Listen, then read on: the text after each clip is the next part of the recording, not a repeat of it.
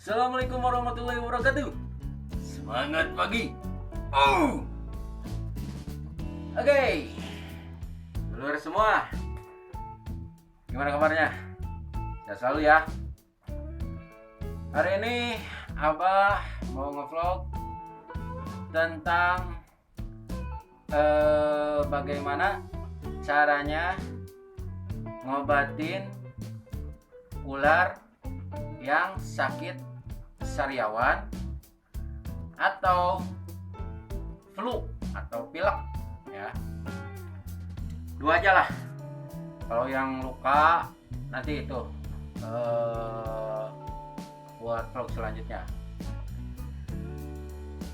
Apa jawab dulu yang pertama ya? Oh, nggak akan dulu ini, apa terangin dulu.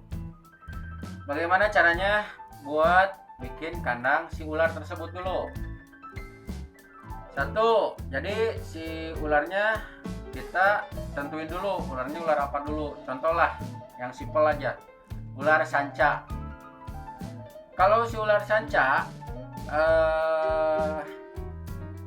si bentuk kandangnya mau gek atau tera itu bebas, mau apa juga. Yang penting satu, kebersihannya. Jadi di dalam si gek itu atau tera itu pakai alasnya koran atau tisu. Kenapa koran sama tisu? Karena kalau misalkan si ularnya BAB atau pipis, jadi bisa keserap kotorannya ya, keserap gitu sama si koran tersebut.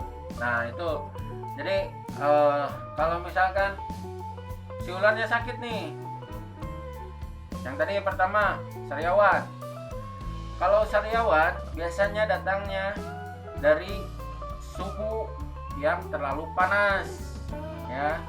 Jadi si ular kalau misalkan suhunya terlalu panas, minimal si kandang itu harus ada tempat buat berendam atau buat minum lah, tapi yang bisa dimasukin buat si ular itu suka berendam gitu ya. Nah gimana cara ngobatinnya bah? Kalau yang sariawan simpel sih. Kalau ngobatinnya ada berbagai macam sih ya cara, tapi kalau Abah sendiri yang sudah pengalaman sendiri ya. Jadi si dalam kandang itu jangan terlalu panas lampunya, apalagi kalau kotaknya segini lampunya terlalu terang gitu, terlalu dekat. Terus si lampunya full, nggak dimati-matiin gitu. Nah minimal kalau sariawan itu harus ada jadwal, waktu pagi sampai sore si lampu dinyalain, malamnya matiin aja gitu kan. Jadi buat si sanca tersebut bisa beradaptasi, ada waktunya dia berjemur, ada waktunya dia diem dalam gelap gitu. Nah cara ngobatinnya tiap jam 9 aja pas matahari muncul itu direndam pakai air sirih ya. Si air sirih itu kita rebus, nanti si air rebusannya itu kita masukin ke apalah istilahnya jolang atau ember dalam posisi anget ya. Jadi si ularnya suruh berendam di situ sambil dijemur. Maksimal itu sekitar 15 menitan lah jemurnya. Nah itu terus itu rutin sampai si sariawan di giginya itu hilang gitu. Kalau misalkan kita berani, biasanya kan si sariawan ada putih-putihnya tuh, kita bersihin aja pakai jarum atau pakai apa yang lembut lah. Yang penting nggak bisa ngelukain si rongga gusi si giginya itu ya, si ular tersebut ya. Nah itu rutin aja dijemur biar ada posisi pengobatan ke sini. Nah itu buat sariawan. Tapi kalau misalkan buat pilek ya, nah dalam seminggu minimal si lampu itu bisa nyala full. Soalnya apa? Kalau misalkan kalian tidak pernah ngejemur, posisi lampu harus full dulu biar si badan ular itu anget. Jadi si ininya keluar. Kalau cara pengobatannya itu bisa pakai obat juga, teramisin bisa. Dengan cara dijemur pula bisa. Yang kayak tadi pakai daun sirih. Biar pada keluar si kotorannya gitu. Cara ngelihatnya gimana, Bah? Kalau si ular pilek, tinggal pencet aja lubang hidungnya, nanti ada keluar lendir. Biasanya keluar lendir gitu. Kalau sariawan tinggal dibuka aja mulutnya, nanti ada bintik merah atau putih. Itu sariawan. Cara ngobatinya simpel kan? Jadi tinggal gitu aja. Jemur pakai air sirih yang hangat. Tinggal masukin ke airnya 15 menit, angkat lagi, masukin aja ke kandang. Tapi si kandang posisi harus ada alasnya ya. Jadi misalkan di gek nih, gek seperti kandang di belakang ini ya, itu kalau ada tempat persembunyiannya bagus, ada tempat berendamnya juga bagus, lampu bisa standby di atas, jadi kala dia kepanasan dia bisa sembunyi. Nah kalau misalkan di alam kan dia sering, bahkan di alam itu kalau misalkan cuaca pasti dingin, betul, tapi si ular tersebut biasanya masuk ke lubang-lubang supaya dia bisa menghangatkan diri dalam lubang itu ya. Waktunya berjemur dia keluar, beda sama yang dipelihara sama kita. Waktunya jemur kalau kita lupa ya dia di kandang lah, pasti lupa sampai ke istilahnya sore nggak dijemur-jemur, udah seminggu, oh iya ular saya sakit. Nah itu bisa dilihat dari situ.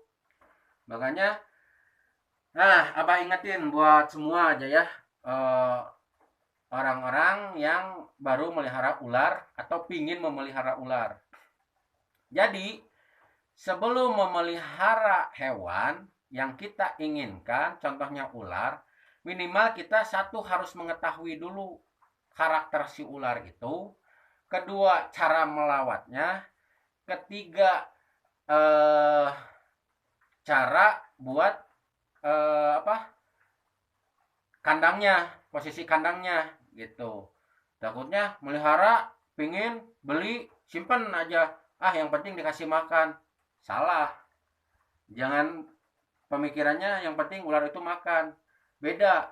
Soalnya gini, kebanyakan abang ngelihat buat para pemula ya, contohnya ada ular pohon tapi disimpan di bawah, digek, nggak dikasih ranting ya. Makanya abah kaget, perasaan itu ular pohon tapi kenapa nggak ada rantingnya gitu. Nah itu kalau ular tanah wajar dia diam di bawah atau dikasih istilahnya si alasnya dipakai tanah atau pakai koran aja, nggak jadi masalah. Kalau ular pohon dia minimal harus ada rantingnya gitu kan. Contoh ya, contoh nih abah liatin, ini kan cinmas, walaupun di bawah tapi dia ada rantingnya tuh, sampai sana rantingnya. Dia diamnya di pojokan tapi diam di atas, nggak diam di bawah gitu kan, nggak di bawah sini. Nah itu jadi harus mengetahui dulu sebelum membeli atau mau memelihara. Jangan asal tembak beli, pingin ini, pingin lihat ngikutin orang lain melihara ularnya, dimasukin gini. Harus tahu dulu. Jadi biar si ular itu satu nyaman, kedua nggak sakit pula karena kitanya nggak ceroboh, karena kita baru mengetahui.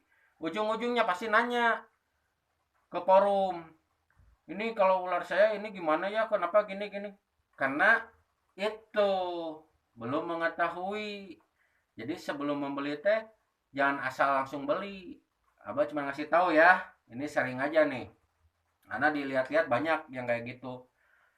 Nah itu secara buat ngobatinnya ya, minimal kalian harus tahu nih ngobatinnya biar kalian paham harus gimana gitu. Bah kalau misalkan teramisin belinya di mana, di apotek juga ada, tinggal tanyain aja mau beli teramisin gitu, tinggal ditetesin ke lubang hidungnya kalau pilek ya.